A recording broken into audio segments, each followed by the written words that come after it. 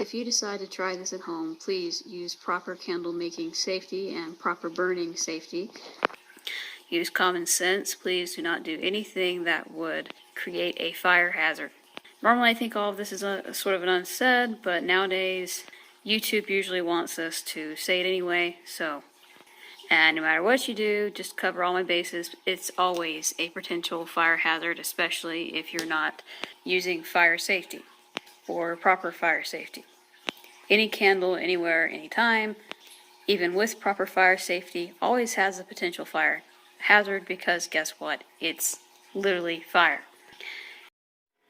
I've made just about every candle you can imagine. Using just raw beeswax. And my favorite ones have always been that, Renaissance, like one of the first candles ever, those hand-dipped, taper candles. And think, people used to make candles out of primarily only tallow. Beeswax was too expensive. Soy was probably also too expensive and a lot less abundant. And even in cans of meat like this, you'll find a ton of fat. And actually just had a brisket that I fixed not too long ago, and I was like, I really wish I could do something with this fat. There has to be an easy way to make tallow out of this, but my stupid self threw it away again, and then I got really pissed that I threw it away. So then I looked on YouTube, and a guy, actually, a cook, was using it for different reasons. But he showed you how to make it, and it's the same way either way, whether it's for candles or cooking. So I thought, well, I don't have that fat anymore. It's gone. But I can open a can of this and get a whole bunch of fat. And it's always separated, right? So it's easy, really easy, because in a can, the fat just slides off and kind of floats to the top. So I actually didn't use the pork one, but I used a beef one. And a few hours later, I had enough to make a little teeny tiny miniature little tea light out of it. And I got out most of the impurities. I didn't get them all out. I was kind of just doing it quickly just to see if it would even work at all. Just like this beeswax candle that I have here in my hand. And I've, obviously burnt it before. It's getting down to its, last days. But just like this beeswax, that can of meat, the only thing that it had in it was just a pure ingredient. So the only thing in this was beeswax, and the only thing in that can was meat and some salt. And to make tallow, you put salt in it anyway. So, no preservatives, no weird stuff. It should be theoretically the same thing as fat off of a brisket or something. So, not only are we going to see if it works to get the fat out of a can, but we're going to see in general just how a tallow candle burns. I'm very interested about it being in a can, if that's going to change anything. If this even remotely works, I'm going to try it, because that saves a lot of money if you can use it somehow. So again, that's how our beeswax candle burns. No sparking, no smell other than a slight honey smell. So, let's compare that to what I just made. You are looking at a literal candle that was made from literal fat in a can, in canned beef fat candle. And I actually messed up a little bit, so this will tell you it's real. I messed up on the bottom. I thought the slightly darker clear stuff was also tallow, but I don't think it is. I think that slightly darker clear stuff is probably like the remnants or the byproduct of broth, which is basically, the juices or the blood that cook out when you're cooking meat. So I think that's probably, hardened broth. And so when it gets down to that, I'm not going to, if it does burn, I'm not going to, let it continue to burn when it gets down to that, because that's not tallow. But will it even light? The moment of truth. Will it light? Will it stay lit? Is it going to start sparking everywhere? What is it going to do? I don't know, but we're going to find out. Okay, here's the moment of truth right here. What is going to happen? I don't know. I might blow my house up. Probably not. I'm going to see, does it light? Well, now we can't go by that because that was the wick. It has to get down to the tallow to see if it stays lit. So let's just wait and see once it gets down to there, down to the actual wax made from tallow. Okay, now it's down to the tallow. Now what is it going to do? If I left any at all water in here, it's probably not going to burn good. Okay, now we've got it down to the tallow. It's sparking a little bit like fat usually does. You know, fat pops a little bit, pops and crackles. And if I accidentally have water in here, it's not going to burn good. So I hope I got all the water out. Almost all of it at the top now. Actually, no, all of it at the top now is liquid, and the flame is a lot smaller.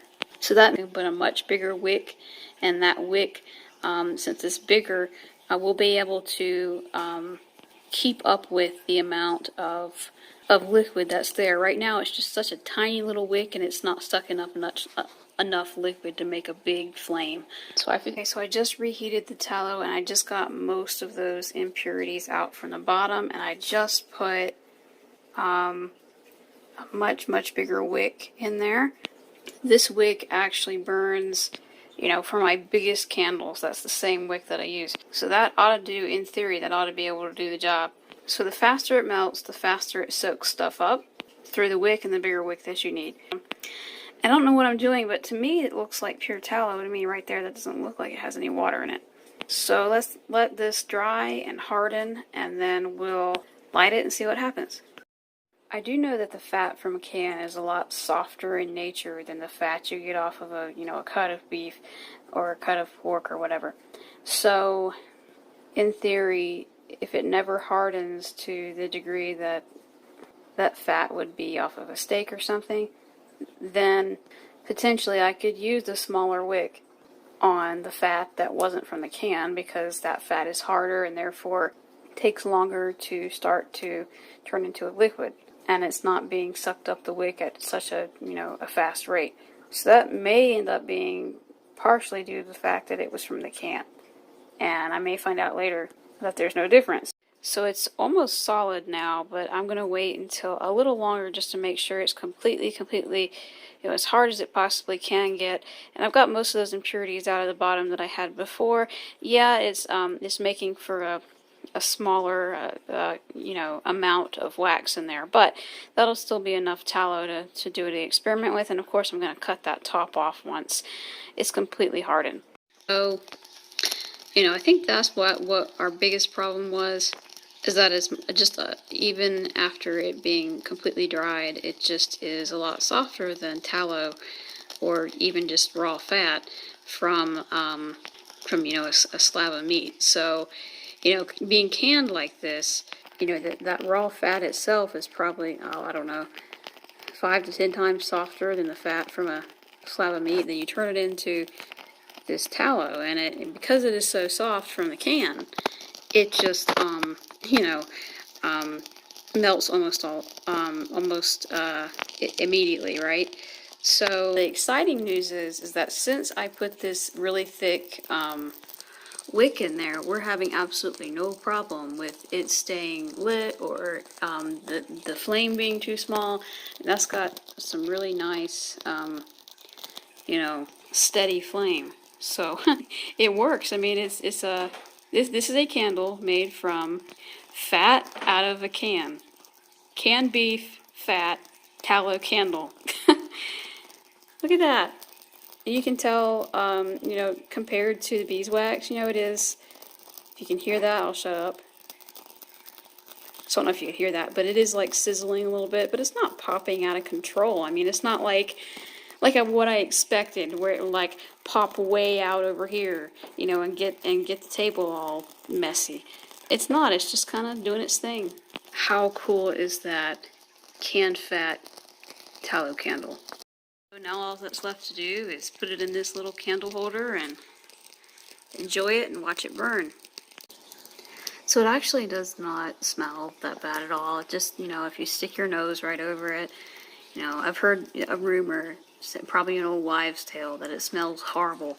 It doesn't. All it smells like, maybe a tiny little bit of, like beef broth or something, but to me, that smells good. It actually kind of makes me hungry. I don't know how it would smell if you had tallow sitting just sitting around in a jar for like months and months and months, and it wasn't frozen and it wasn't, you know, refrigerated. It was just sitting there. That might smell, but you know, this is fresh, so it's not smelling. Because I have it in a container, it's a relatively clean burn.